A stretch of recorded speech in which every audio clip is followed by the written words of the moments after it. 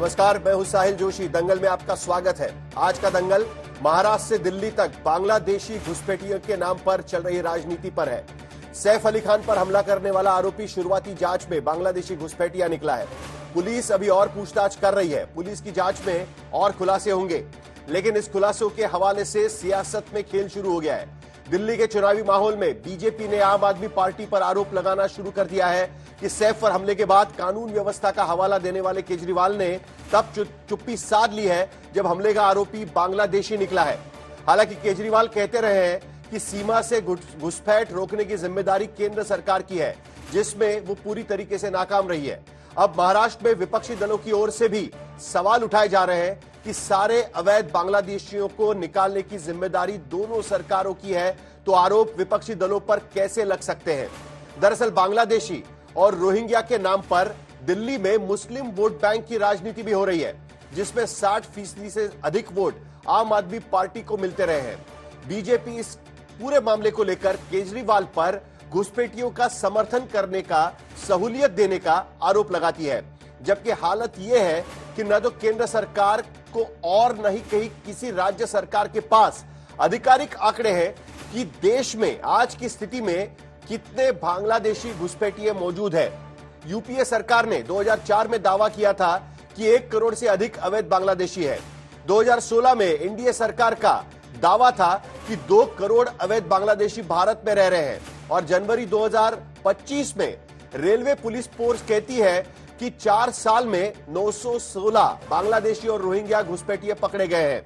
इन्हीं तथ्यों और आंकड़ों के साथ सियासी घालमेल को लेकर आज के दंगल में हम चर्चा करेंगे कि सैफ अली खान पर हमला कांड का जिम्मेदार आखिर कौन है। क्या बांग्लादेशी घुसपैठियों पर लगाम लगाने में सरकारें नाकाम रही है, या फिर पश्चिम बंगाल से दिल्ली तक और दिल्ली से महाराष्ट्र तक बांग्लादेशी घुसपैठियों के नाम पर सिर्फ और सिर्फ वोट बैंक की सियासत हो रही है। ऐसे तमाम सवालों पर हम चर्चा करेंगे, लेकिन सबसे पहले यह रिपोर्ट देख लेते हैं।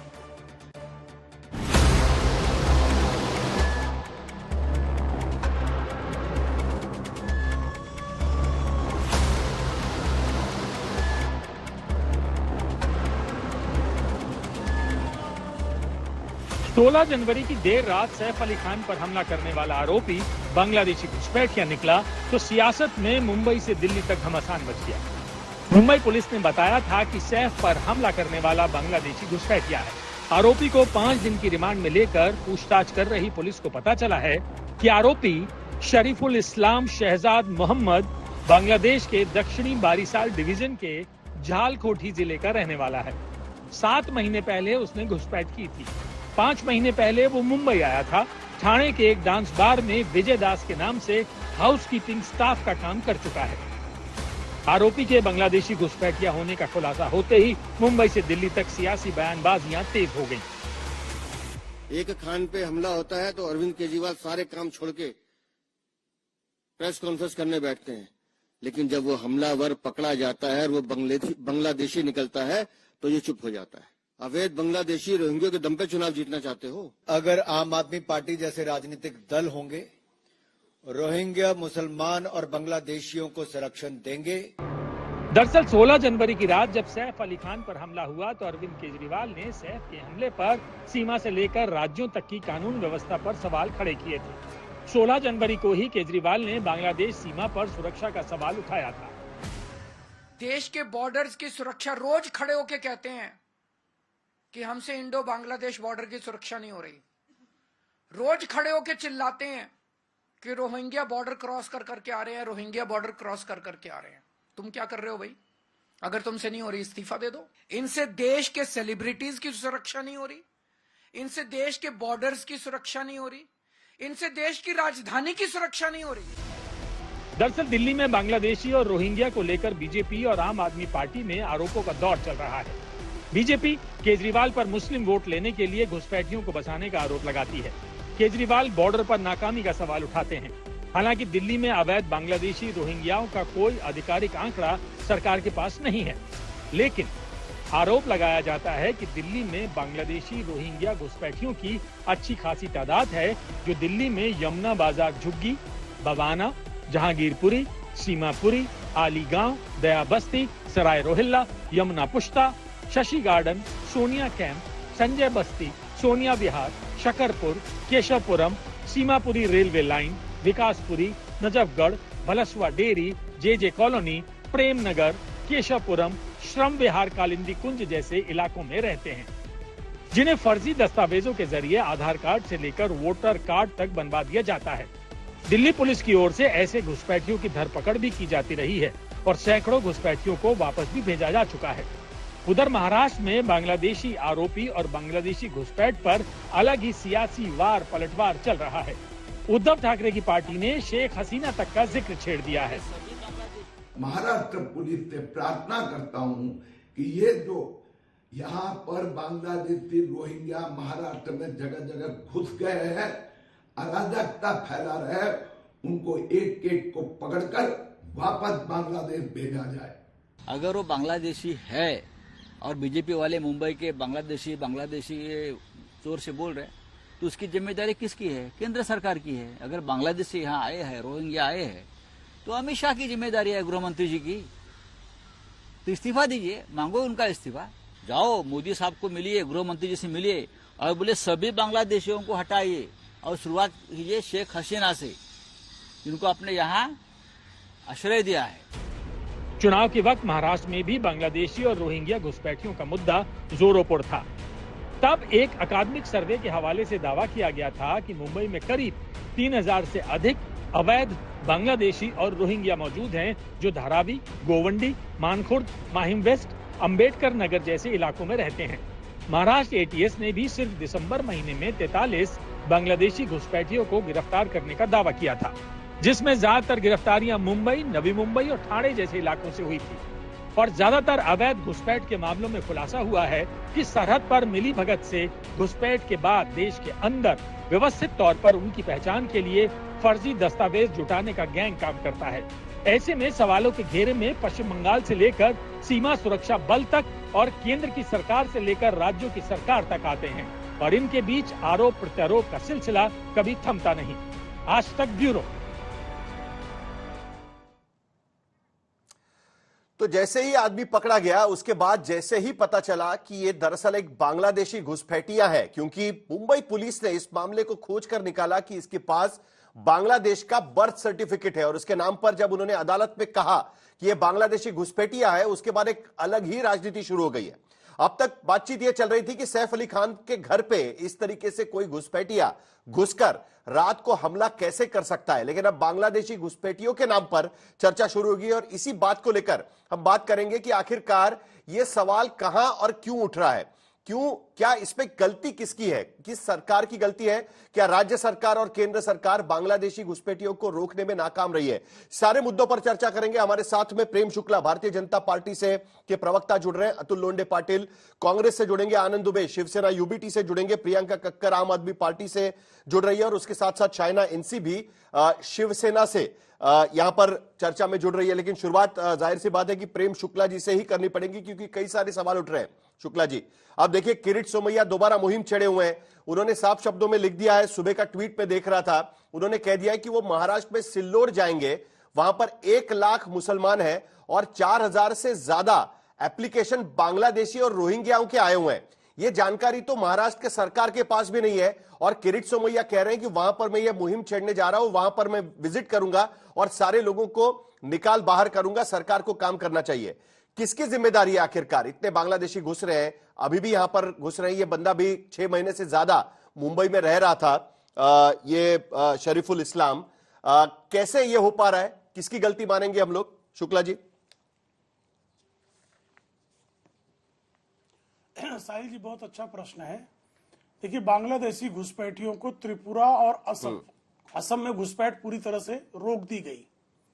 बंगाल में भी घुसपैठ लगभग बंद है, लेकिन 75 ऐसे क्लस्टर हैं, गांव हैं, जिन 75 क्लस्टर्स को जो बीएसएफ को हैंडओवर करना था, बंगाल की सुश्री ममता बनर्जी की सरकार ने आज दिन तक वो 75 क्लस्टर्स बीएसएफ को हैंडओवर नहीं किए। आज भी जो घुसपैठ होती है वो उन 75 क्लस्टर से होती है। ये बॉर्डर सिक्योरिटी फोर्स की बाकायदा रिपोर्ट है। और ये घुसपैठ जो है एक विशेष जगह से होती है और घुसपैठ करने के बाद उनको जो है दस्तावेज भी बंगाल से प्रदान किए जाते हैं। बीच के दिनों में रायबरेली में, जहां से श्रीमान राहुल गांधी चुनाव जीते हैं, वहां से 20,000 रोहिंग्या और बांग्लादेशियों के दस्तावेज सुहेल नाम और जीसान नाम के कांग्रेस के 2 कार्यकर्ताओं द्वारा बनाए जाने का स्कैम सामने आया था, जिसके तार कर्नाटक और केरल तक के जुड़े हुए थे। 20,000 जिनके दस्तावेज, उनके जो है जन्म प्रमाण पत्र, उनका राशन कार्ड, उनका आधार कार्ड, सब कांग्रेस के कार्यकर्ता रायबरेली में बना रहे थे।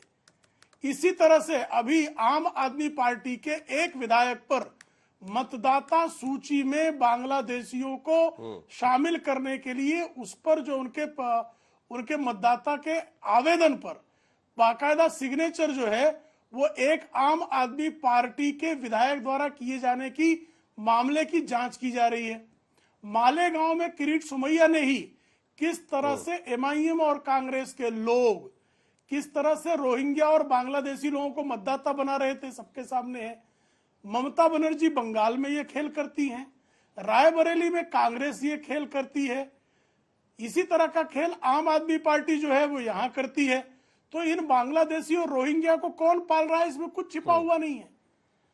दिल्ली में जो है बांग्लादेशियों और रोहिंग्या को निकालने का काम और महाराष्ट्र में कौन पाल रहा है? भारतीय जनता पार्टी के अभियान पर केंद्र की सरकार करती है। कांग्रेस पाल रही है जी, एमआईएम पाल रही, समाजवादी पार्टी पाल रही है, इसमें क्या संदेह है। शिवाजी नगर में सबसे अधिक वो बांग्लादेशी आपको मिलते हैं, आप भी जानते हैं इस बात को भली भांति से। और आदरणीय बाला साहब ठाकरे का झूठ बोलते थे। बाला साहब ठाकरे कहते थे 2012 के पहले कि बांग्लादेशियों के संरक्षक जो है वो कांग्रेसी और सपाई है। बाला साहब ठाकरे झूठ बोल रहे थे। उद्धव ठाकरे को नए सत्य का साक्षात्कार हुआ है। चलिए एक एक से जवाब ले लेते हैं। आपको ध्यान होगा 1996 एक एक से जवाब ले लेते हैं। जब शिवसेना बीजेपी की सरकार, प्रेम शुक्ला जी ने गंभीर आरोप लगाया हुआ है। 10 सेकंड और दे दीजिए। प्रेम शुक्ला जी ने गंभीर आरोप लगाया हुआ है। 10 सेकंड में बात खत्म कर लूं। 10 साहिल जी 10 सेकंड, चलिए 10 सेकंड और, चलिए तो मेरी बात खत्म हो जाएगी। 1996 में शिवसेना बीजेपी की महाराष्ट्र में सरकार थी, बांग्लादेशियों को निकालने का अभियान चलाया गया।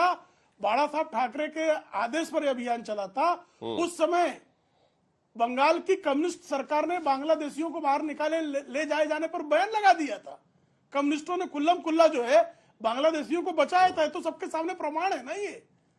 तो कौन बांग्लादेशियों को रोकता, आप जान रहे हैं।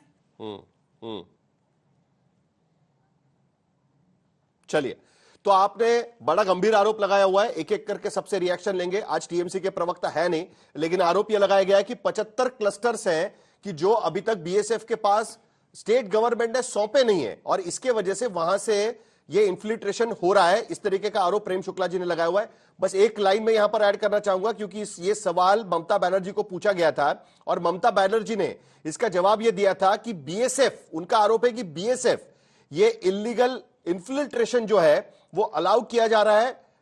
टीएमसी कंट्रोल नहीं करती बॉर्डर्स को, बीएसएफ की जिम्मेदारी है और जानबूझकर टीएमसी को पर आरोप लगाया जा रहा है। यह ममता बनर्जी का जवाब इस पूरे मामले को लेकर था।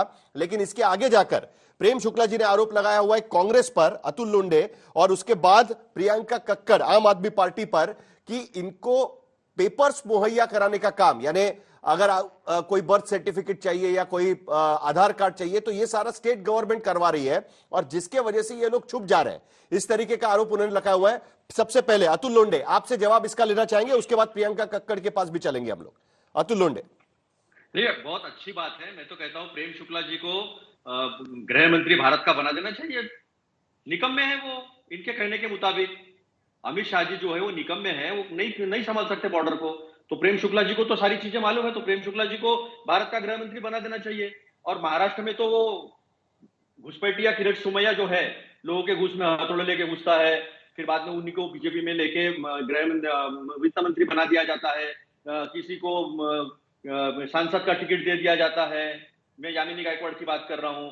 प्रताप सरनाईक को ट्रांसपोर्ट मिनिस्टर बना दिया है। इन्होंने खत लिखा था जिनके ऊपर ईडी की रेड हुई थी, किसी के ऊपर इनकम टैक्स की रेड। तो ये घुसपैठिया जो है, इसकी क्रेडिबिलिटी कितनी है पता है, लेकिन उसको पता है, किरीट सोमैया जी को सारी बातें पता है। लेकिन महाराष्ट्र के काफी इफिशिएंट, काफी समझदार, काफी संवेदनशील, काफी स्ट्रांग देवेंद्र फडणवीस को पता नहीं है? हटा दो देवेंद्र फडणवीस को गृह मंत्री पद से और किरीट सोमैया जी को लेकर आओ गृह मंत्री पद पर, तो प्रॉब्लम ही सॉल्व हो जाएगा। ना केंद्र में कांग्रेस की सरकार बैठी है, ना टीएमसी की बैठी है, ना आपकी बैठी है, और ना महाराष्ट्र में बैठी है। और 5-6 महीने के पहले आया हुआ जो घुसपैठिया है उसको अगर हम कागजात देते हैं तो इसका मतलब आपका एडमिनिस्ट्रेशन पे भी कंट्रोल नहीं है, कोई अधिकारी नहीं है आपको सत्ता में रहने का, आपका एडमिनिस्ट्रेशन पे कंट्रोल ही नहीं है, ना आपका सिविक एडमिनिस्ट्रेशन पे कंट्रोल है, ना आपका बॉर्डर पे कंट्रोल है, ना आपके मंत्रियों को कुछ पता है, ना आपके मुख्यमंत्रियों को कुछ पता है। रायबरेली से कार्ड निकलते हैं बेचारे योगी जी, घरों पे लोगों के बुलडोजर चला देते हैं, उनको पता होता है कि कागजात बराबर नहीं है, अवैध कंस्ट्रक्शन किया हुआ है, वहां बुलडोजर चलाते हैं, लेकिन देश में लोग घुस रहे हैं, उनके रायबरेली में लोग घुस रहे हैं। एडमिनिस्ट्रेशन, लॉ एंड ऑर्डर जो राज्य का सब्जेक्ट है, केंद्र का नहीं है, उसमें सांसद का कुछ रोल नहीं होता है। अच्छा हुआ प्रेम शुक्ला जी ने नेहरू जी का नाम भी लिया, क्योंकि बार बार अभी मोदी जी के लिए छोड़ दिया होगा उन्होंने, क्योंकि मोदी जी को नेहरू जी का नाम लेना बहुत पसंद है, तो शायद नेहरू जी का नाम उनके लिए छोड़ दिया होगा उन्होंने, नहीं तो उसके लिए तो नेहरू जी जिम्मेदार है। अरे आप कितने सालों से सत्ता में हो, अभी 11 साल ये है, इसके पहले आप 7-8 साल सत्ता में रहे हो, केवल आरोपी करते रहोगे? यानी आप बार बार अपनी इनकॉम्पिटेंसी दिखाते हो, हिंदी शब्द अच्छा नहीं है, यानी आपकी बोल नहीं सकता कि लायकी नहीं है, इनकॉम्पिटेंसी दिखाते हो कि ना आप नागरिक प्रशासन चलाने के लायक हो, ना आप प्रियंका कक्कड़ सुरक्षा करने के लायक हो। अब देखिए ना, आज बीजेपी ने प्रेस कॉन्फ्रेंस की और उन्होंने आरोप लगाया कि जब सैफ अली खान के घर पे एक मिनट, चलिए अतुल लोंढे 5 सेकंड जी। सुब्रमण्यम स्वामी जी का मैं आज एक पॉडकास्ट देख रहा था, वो कह रहे थे कि देश के प्रधानमंत्री को नालायक कह रहे थे उनके ही सांसद, और कह रहे थे कि 4000 स्क्वायर किलोमीटर से ज्यादा का एरिया चीन ने ले लिया है, और प्रधानमंत्री ने दस्तखत करके ये चाइना का एरिया है ये कह दिया। ये किसी, इसमें कोई भी कांग्रेस का और या विपक्षी नेता नहीं है, इसमें सारे बीजेपी के ही नेता है। फिर बताइए मुझे ये असफलता किसकी है? चलिए हम लोग बांग्लादेशी घुसपैठियों पर रहते हैं फिलहाल, और प्रियंका कक्कड़ से मुझे यह सवाल पूछना है, क्योंकि आज भारतीय जनता पार्टी ने दिल्ली में प्रेस कॉन्फ्रेंस की, अनुराग ठाकुर और भारतीय जनता पार्टी के दिल्ली के अध्यक्ष प्रेस कॉन्फ्रेंस कर रहे थे। एक आरोप उन्होंने यह लगाया कि जिस दिन सैफ अली खान के घर पे कोई घुसा, उस पर चाकू से वार किया और बाकी सारी चीजें हुई, तब तो अरविंद केजरीवाल ने तुरंत प्रेस कॉन्फ्रेंस की और लॉ एंड ऑर्डर पे सवाल उठाए। जैसे ही पता चला कि भाई वो तो बांग्लादेशी घुसपैठिया है, उनका यह कहना है कि उसके बाद आप शांत हो गए, आप में से कोई बोलने के लिए तैयार नहीं है, और उनका कहना है कि जो एंटी नेशनल एलिमेंट्स है उनके साथ में आम आदमी पार्टी हाथ मिलाती है और स्थिति ऐसी पैदा करती है कि बांग्लादेशी घुसपैठिया और रोहिंग्या को दिल्ली में रहने के लिए पनाह मिले, जगह मिले, ताकि आपका वोट बैंक का पॉलिटिक्स चलता रहे। आरोप भारतीय जनता पार्टी ने लगाया हुआ है। प्रियंका कक्कड़। सभी को नमस्ते। साहिल जी मुझे लगता है कि उनको वो प्रेस वार्ता दोबारा देखनी चाहिए, और अरविंद केजरीवाल जी ने उसी प्रेस वार्ता में कहा था कि देश भर में घुसपैठिए आ रहे हैं, देश भर में रोहिंग्या आ रहे हैं, और ये सीधे तौर पर अमित शाह जी का फेलियर है, उसी प्रेस कॉन्फ्रेंस में कहा गया। दूसरी चीज, मुझे लगता है कि बीजेपी के प्रवक्ता को, अमित शाह जी को, प्रधानमंत्री मोदी को सैफ अली खान और उनके परिवार से माफी मांगनी चाहिए, क्योंकि वो देश के बॉर्डर सुरक्षित नहीं कर पाए, और आज खबर आती है कि सब जगह बांग्लादेशी घुसपैठिए घुस गए। प्रेम शुक्ला जी कितने असमर्थ हैं, और इनकी पार्टी भी कितनी असमर्थ है कि महाराष्ट्र में पकड़े जाएं तो कांग्रेस की सरकार की गलती, दिल्ली में पकड़े जाएं तो आम आदमी पार्टी की। ये क्या कर रहे हैं? रोटियां सेक रहे हैं बॉर्डर पे। क्या करना है इनको? बॉर्डर सुरक्षा नहीं कर पाते तो? आपको पता है ना कि चीन भी घुस के लद्दाख में 2 काउंटीज बना चुका है। इतनी विफल रही है सरकार लॉ एंड ऑर्डर पे। और सुनिए साहिल जी, 5 स्टेट है जो बांग्लादेश से बॉर्डर में लगते हैं। असम भाजपा के पास, एनडीए सरकार के पास, मेघालय एनडीए सरकार, त्रिपुरा एनडीए सरकार, 2023 तक मिजोरम भी एनडीए सरकार था, वहां नकार दी गई है, और वेस्ट बंगाल। ये बार बार अपने स्टेट्स का तो बताते नहीं, कैसे घुसपैठिए आ रहे हैं हर जगह। बॉर्डर तो शेयर इनके 4 स्टेट, 5 में से 4 स्टेट तो इनके हैं, कैसे अंदर आ रहे हैं? ये जानबूझ के घुसा रहे क्या? जैसे हरदीप पुरी जी ने दिल्ली में बसाया और बकायदा ट्वीट करके बताया कि बक्करवाला में बिठाया है, उनको बसाया है। मैं कह रही हूं, अगर हरदीप पुरी जी को अरेस्ट कर लिया जाए तो सारे दिल्ली के रोहिंग्या तो पकड़े ही जाएंगे, क्योंकि उनको पता उन्होंने कहां बसाया। और मुझे ऐसा भी लगता है कि होम मिनिस्टर जी के ऊपर डेफिनेटली देशद्रोह का मामला होना चाहिए, क्योंकि 4 स्टेट उनके पास है और वहीं से सारे घुसपैठिए आ रहे हैं। यहाँ पे आप वहां की पीएम को रख लेते हैं, वहां बांग्लादेश में आप चावल भेजते हैं, इतनी सस्ती बिजली आपको अपने देश को ना देकर बांग्लादेश को देनी है, और बांग्लादेशी घुसपैठियों को बसाना है इधर। ये क्या चल रहा है? और यहाँ बैठ के प्रेम शुक्ला जी क्या कह रहे हैं कि इनकी गलती नहीं, कोई जिम्मेदारी नहीं है इनकी। इतनी असमर्थ, निकम्मी इनकॉम्पिटेंट सरकार को तुरंत इस्तीफा देना चाहिए। देश इनके हाथों में सुरक्षित नहीं है। पहले तो इनसे जवाब लीजिए कि 5 स्टेट तो तुम्हारे हैं, जो बांग्लादेश के साथ बॉर्डर पे, वहां 4 स्टेट तो तुम्हारे हैं, तो तुमने वहां क्या किया? इनसे जवाब लीजिए साहिल जी। प्रियंका जी, नहीं बिल्कुल सबसे जवाब लिया जाएगा। प्रियंका जी, एक मुझे ग्राफिक्स मतलब कुछ नंबर सामने रखने हैं कि दरअसल महाराष्ट्र भारत में बांग्लादेशी घुसपैठिए हैं कितने, सरकार ने क्या कहा है अब तक, वो भी मुझे सबके सामने रखना है। लेकिन एक अपडेट आ रही है सैफ अली खान के अटैक केस में, वो अपडेट एक बार ले लेते हैं, उसके बाद मुझे वो नंबर्स भी आपको दिखाने हैं। प्रेम शुक्ला जी आपसे भी जवाब लेंगे और शाइना एनसी आपसे भी जवाब लेंगे, आप सरकार में बैठे हुए हैं, आपसे पूछना पड़ेगा। लेकिन अपडेट ये आ रहा है सैफ अली खान के अटैक केस में कि दरअसल जब सैफ अली खान के घर पे अटैक हुआ, इंटरेस्टिंग मामला सामने आ रहा है कि उनके घर में 3 फीमेल हाउस हेल्प्स थी, उसके साथ साथ 3 मेल हाउस वर्कर्स भी उसके घर में थे, 4 नौकर घर में थे, लेकिन उसमें से 2 लोग डर गए, 3 लोग डर गए नौकर और वह छुप गए, जिसके वजह से वो अटैक हुआ। उसके बावजूद भी वो ओवर पावर नहीं कर पाए सैफुद्दीन इस्लाम को। जब वो सैफ अली खान पर हमला कर चाकू से उन पर 6 बार स्टैबिंग कर रहा था, तब वो नहीं हो पाया। दूसरी बात ये पता चली है कि शरीफुल 10वें फ्लोर तक फायर एग्जिट से सीढ़ियां चलते हुए ऊपर गया और 11वें मंजिल पर, जहां पर सैफ अली खान का घर शुरू होता है, सैफ और करीना का, वहां पर 10वें फ्लोर के बाद जो डक्ट पाइप है, उसके जरिए बाथरूम में, जहांगीर के रूम में यानी उनके बच्चे के रूम में उसने एंट्री की है। बाथरूम को ग्रिल नहीं थी और जिसके वजह से वो अंदर घुस पाया और उसके बाद वहां पर उसने सैफ अली खान पर हमला किया और भागते समय वापस वो बाथरूम के अंदर गया और वहां से भागने की उसने कोशिश की थी।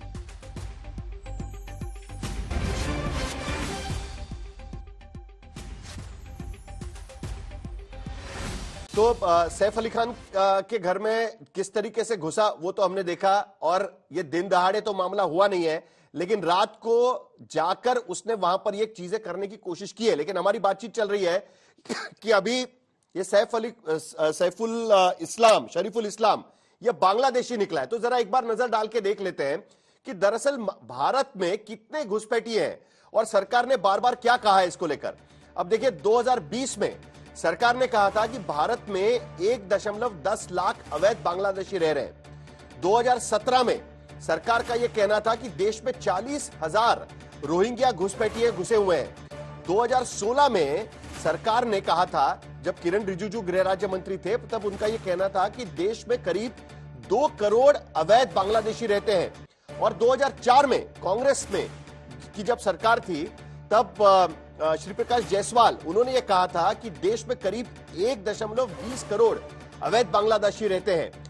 मतलब कभी भी सरकार के पास कोई ठोस आंकड़ा नहीं रहा। जब सरकार को पूछा गया 2016 में, 2004 में, 2020 में ये नंबर कहां से आ रहा है, तो उसका सोर्स किसी भी तरीके से सरकार नहीं बता पाई।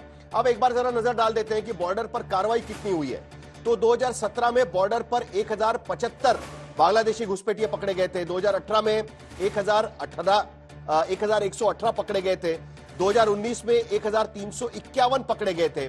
2023 में महाराष्ट्र में 27 पकड़े गए, 24 में 60 पकड़े गए और 2021 से 25 तक ट्रेन के भीतर 916 बांग्लादेशी घुसपैठिए अब तक पकड़े गए हैं। यानी कुल मिलाकर कोई ठोस आंकड़ा नहीं है। शाइना एनसी जी, अभी बाला साहब ठाकरे की बात हुई थी, 1996 में भी महाराष्ट्र सरकार ने कुछ 50-60 लोगों को भेजा था बंगाल में और कहा था कि आप इनको दोबारा भेज दीजिएगा बांग्लादेश में। उनका कहना था कि ये तो बंगाली है, इनको हम नहीं भेज सकते। कुल मिलाकर बांग्लादेशी घुसपैठिया ये हमेशा चर्चा का विषय रहा है। लेकिन अगर हम आंकड़े देखें तो कोई भी ठोस आंकड़ा यहां पर नजर नहीं आता। महाराष्ट्र जैसे राज्य में, मुंबई जैसे शहर में यह बंदा रहता है 6 महीने तक। यहां पर वो कागजात बनाए बिना भी किसी कंपनी में काम करता है, किसी बार में वेटर की भी नौकरी उसको मिल जाती है।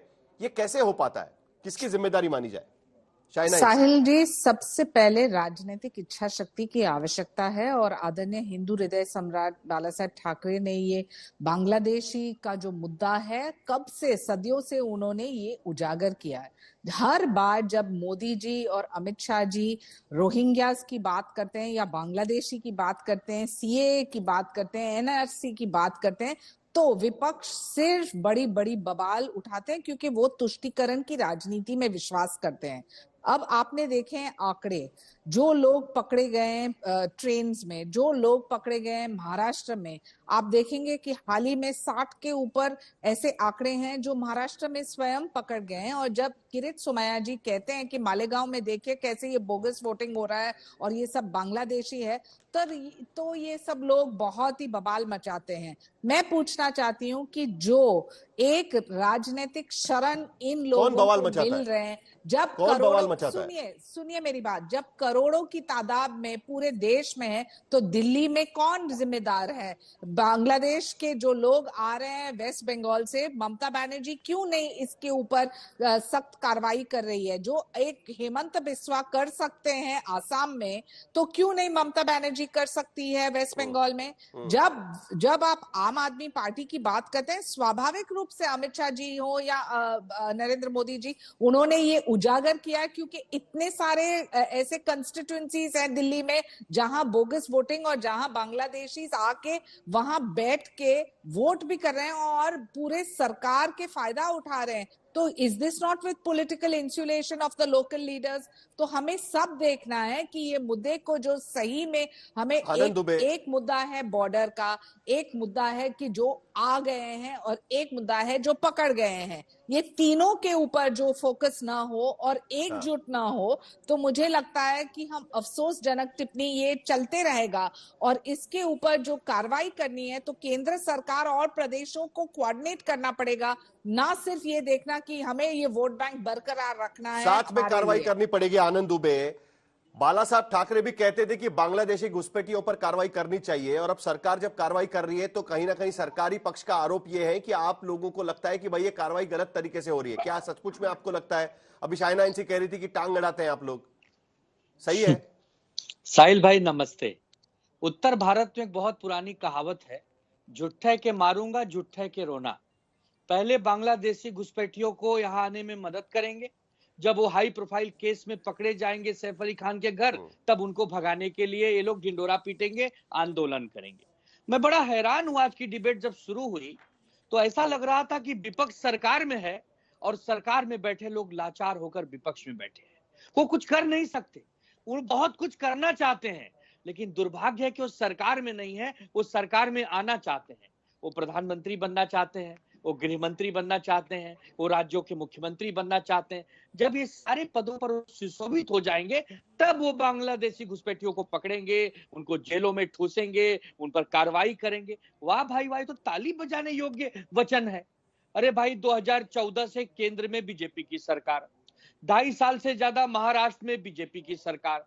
एक कुख्यात आरोपी 2000 किलोमीटर से चलकर महाराष्ट्र आता है, 6 महीने से मुंबई ठाणे में रहता है, पूरे इलाके में घूमता है, खाता पीता है, हमारे सेलिब्रिटियों के यहाँ चोरी करता है, हमले करता है, और जब पकड़ा जाता है तो बीजेपी लाचारी से कहती है काश अगर हम सरकार में होते ना तो इस बांग्लादेशी घुसपैठियों को पकड़ लेते, क्योंकि हम तो पकड़ना चाहते हैं लेकिन कांग्रेस वाले पकड़ने नहीं देते, शिवसेना वाले पकड़ने नहीं देते, महाविकास और आम आदमी वाले पकड़ने नहीं देते। तो साहिल भाई, इसका मतलब है राजनीतिक इच्छा शक्ति बहुत मजबूत है बीजेपी की। फिर से चुनाव करवाइए, बीजेपी को सत्ता दीजिए। बीजेपी बेचारी सत्ता में नहीं है, ये गजनी हो गई है, ये भूल गई है कि सत्ता में बैठी है, इसके ऊपर जिम्मेदारी है, इसको दायित्व है देश के 140 करोड़ लोगों को सुरक्षा देने की। लेकिन नहीं, वो नहीं देगी, वो तो केवल नेतागिरी करेगी ना। क्या सचमुच में सोमैया को आगे करेगी? क्या सचमुच में डबल इंजन होने के बाद भी बांग्लादेशी घुसपैठियों पर काबू पाने में कहीं ना कहीं सरकार की नाकामी हो रही है क्या? या सचमुच में पश्चिम बंगाल की सरकार की नाकामी की वजह से बांग्लादेशी अंदर घुस रही है? सवाल दरअसल हमने देश के गृह मंत्री अमित शाह से पूछा था जब वो आज तक के कॉन्क्लेव में आए हुए थे, एजेंडा आज तक में। देखिए अमित शाह ने क्या जवाब दिया और उसके बाद ये चर्चा को हम आगे बढ़ाएंगे। देखिए अमित शाह क्या कह रहे थे। अब आपको 10 साल हो गए सरकार में रहते रहते, मैं जानना चाहता हूं कि ये बांग्लादेश से जो इलीगल इन्फिल्ट्रेशन हो रही है, जैसे आपने नक्सलवाद के खिलाफ एक टाइमलाइन दी, आपकी क्या टाइमलाइन? 96% सीमा पर फेंसिंग हो चुकी है, 4% सीमा से घुसपैठ हो रही है। इसके गांव चिन्हित कर मैंने दिसंबर 2019 में राज्य सरकारों को भेजे हैं। कितने गांव के पटवारी, पुलिस थाने और कलेक्ट्रेट को आप जरा सेंसिटाइज करिए।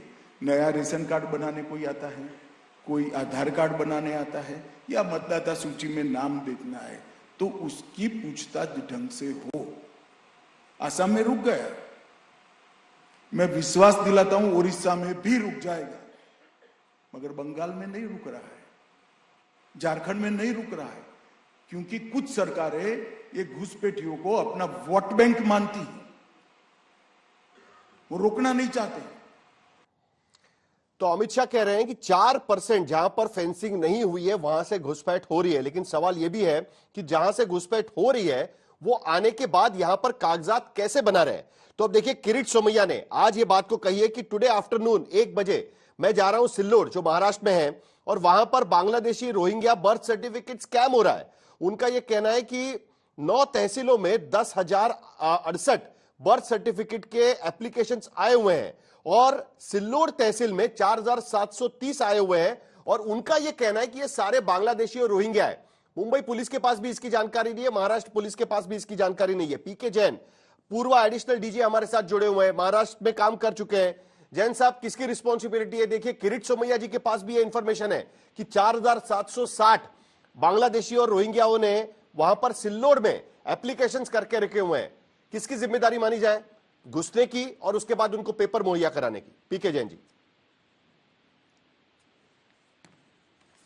पॉलिटिकल रिप्रेजेंटेटिव के सामने और उनके साथ में बिठा दिया। बहुत सारी पॉलिटिकल बातचीतें हो गई है। देखिए, शाइना एनसीजी ने बहुत सही बात करी थी कि जब तक केंद्र सरकार और राज्य सरकारें मिलके इस प्रॉब्लम के साथ डील नहीं करेंगे, ये प्रॉब्लम वही रहने वाली है। हिंदुस्तान में, भारत में जो घुसपैठ शुरू हुई थी वो 71 से पहले शुरू हो गई थी, जब वहां पे पाकिस्तान ने हमला किया था। उस टाइम पे बहुत सारे, आपको मालूम है, पूरे नॉर्थ ईस्ट की डेमोग्राफी चेंज हो गई थी। मुस्लिम पॉपुलेशन 4-4, 6-6 गुना कई जिलों में बढ़ गया था। तो ये प्रॉब्लम तब से चली आ रही है।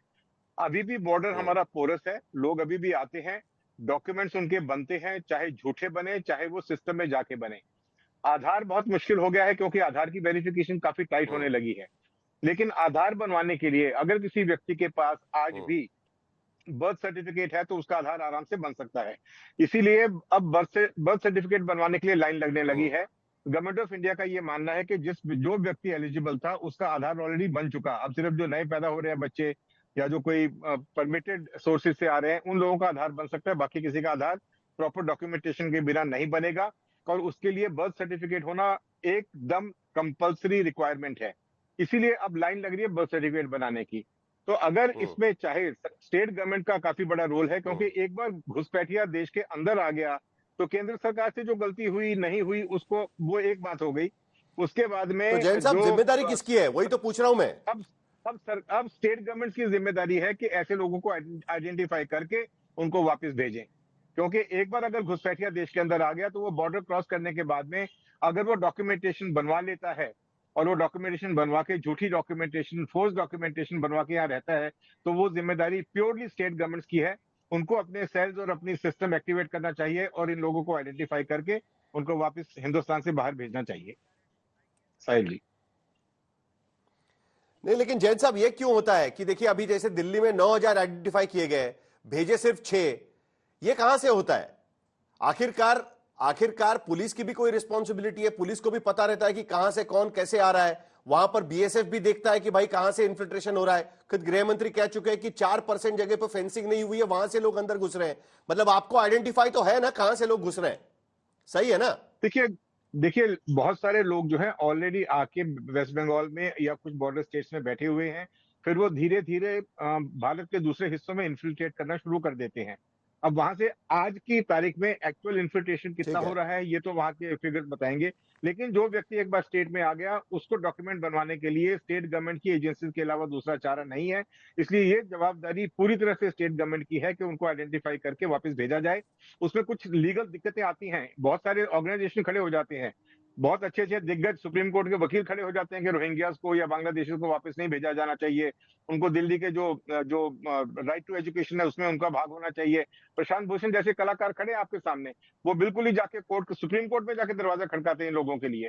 तो ये सब मुझे लगता है कि ये स्टेट गवर्नमेंट को एक एक पॉइंटेड कैंपेन चला के इन लोगों को देश से बाहर निकालना चाहिए। ये जवाबदारी प्योरली स्टेट गवर्नमेंट की है। ठीक है, स्टेट गवर्नमेंट में क्या पुलिस की रिस्पॉन्सिबिलिटी मानी जाए, किसकी रिस्पॉन्सिबिलिटी मानी जाए? State government, police state government का पार्ट है। देखिए स्टेट गवर्नमेंट पुलिस जो है वो स्टेट सब्जेक्ट है। तो जब मैं स्टेट की जवाबदारी बोलता हूँ तो उसके अंदर एडमिनिस्ट्रेशन आ गया, रेवेन्यू डिपार्टमेंट आ गया, पुलिस आ गई, सब आ गए। Police is a part of the state government. मैंने तो प्रेम शुक्ला जी, चलिए प्रेम शुक्ला जी, आपने आंकड़े देखे, आइडेंटिफाई तो बहुत किए जाते हैं लेकिन भेजे कम जाते हैं, ये आंकड़े भी हमने देख लिए। यहां पर पीके जैन जी कह रहे हैं कि स्टेट गवर्नमेंट की रिस्पॉन्सिबिलिटी है कि आइडेंटिफाई किया जाए कि लोग कैसे घुस रहे हैं। ये बात की भी तो चर्चा होगी ना कि भाई बांग्लादेश से लेकर मुंबई तक आदमी पहुंचा कैसे, इसकी भी तो जांच होनी चाहिए। क्या आपको लगता है कि थोड़ा इंटेंसिफाई कर देना चाहिए सब चीज पर, इस तरीके से पॉलिटिकल बयानबाजी और एक दूसरे पर हमला करने के बजाय? जी, निश्चित तौर पर किया जाना चाहिए। देखिए 1,20,00,000 तो जो है बांग्लादेशी इस देश में, श्री प्रकाश जायसवाल 2004 में आंकड़ा बता रहे थे, उसका आंकड़ा उसी के आसपास 10-15% आगे पीछे रहा है। इसका मतलब है कि 2004 से 14 के बीच में जो घुसपैठ हुआ, उसके अलावा घुसपैठ ना के बराबर हुई, ना के बराबर मतलब बहुत कम हुई। 96% फेंसिंग हो गई, 4% जगह बाकी रह गई। अब उसमें जैसा आप ही के इसमें आदरणीय अमित शाह जी ने कहा कि तहसीलदार को ग्राम पंचायत के जो अधिकारी हैं उनको सजग रखना चाहिए। तो ग्राम पंचायत के अधिकारी क्या करते, जैसे मैंने आपको बताया कि ग्राम पंचायत के अधिकारियों का दुरुपयोग करके रायबरेली में कांग्रेस के कार्यकर्ता जीशान ने एक केरल, कर्नाटक और रायबरेली का एक सिस्टम बना के 20,000 बर्थ सर्टिफिकेट दिए बांग्लादेशी और रोहिंग्या को। 20,000। अरे शुक्ला जी, अभी तो यहाँ पर पीके जैन कह रहे थे कि राज्य सरकार की रिस्पॉन्सिबिलिटी है स्थिति की, और इसको पकड़ा किसने? नहीं, उसी पे बता रहा हूं मैं आपको, पंचायत ने दे दिया बर्थ सर्टिफिकेट। अब एटीएस ने पकड़ा उसको, पकड़ा किसने? राज्य सरकार की एटीएस ने पकड़ा, और ये साबित हुआ कि वो वोटर बना रहा था। कौन वोटर बना रहा था? कांग्रेस का राहुल गांधी का कार्यकर्ता वोटर बना रहा था। मोहिंदर गोयल, ये आम आदमी पार्टी के विधायक हैं दिल्ली के, वो वोटर बना रहे थे। किस आधार पर वोटर बना रहे थे? तो बर्थ सर्टिफिकेट, स्थानीय बर्थ सर्टिफिकेट इश्यू कौन करता है? पंचायत इश्यू करती है, नगर निगम इश्यू करता है, नगर पालिका इश्यू करती है। अब नगर निगम, नगर पालिका में जहां मान लीजिए बांग्लादेशियों को मैं नहीं निकालूंगी, ये किसका स्टेटमेंट है? ममता बनर्जी का स्टेटमेंट है। हेमंत सोरेन झारखंड में बाकायदा बांग्लादेशी आदिवासियों की डेमोग्राफी बदल रहे हैं। हमने, भारतीय जनता पार्टी ने चुनाव में यह मुद्दा बनाया बाकायदा, और बांग्लादेशियों को हटाने पर हमने अभियान चलाया। लेकिन उन बांग्लादेशियों को बचा कौन रहा है? कांग्रेस के साथी हेमंत सोरेन। बांग्लादेशियों को बचा कौन रहा है? कांग्रेस की साथी तृणमूल कांग्रेस पार्टी। बांग्लादेशियों को बचा कौन रहा है? आम आदमी पार्टी। बांग्लादेशियों का आधार कार्ड बनवा कौन रहा है? चलिए अतुल लोंढे, पहले आप जवाब दीजिए। साहब ये क्या चक्कर है कि आप बारंबार जो है बांग्लादेशियों को बचाने में लगे रहते हैं? अतुल लोंढे,